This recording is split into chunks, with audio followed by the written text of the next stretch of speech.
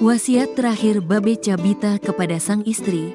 Terkuak wasiat terakhir Babe Cabita kepada sang istri sebelum meninggal dunia.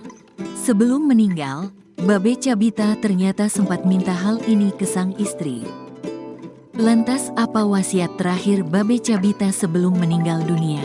Seperti diketahui, komika Babe Cabita dikabarkan meninggal dunia. Babe Cabita meninggal di Rumah Sakit Mayapada, Lebak Bulus, Jakarta Selatan, Selasa, tanggal 9 April tahun 2024. Babe Cabita tutup usia usai melawan penyakit anemia aplastik. Kepergian Babe Cabita sendiri sempat membuat publik syok.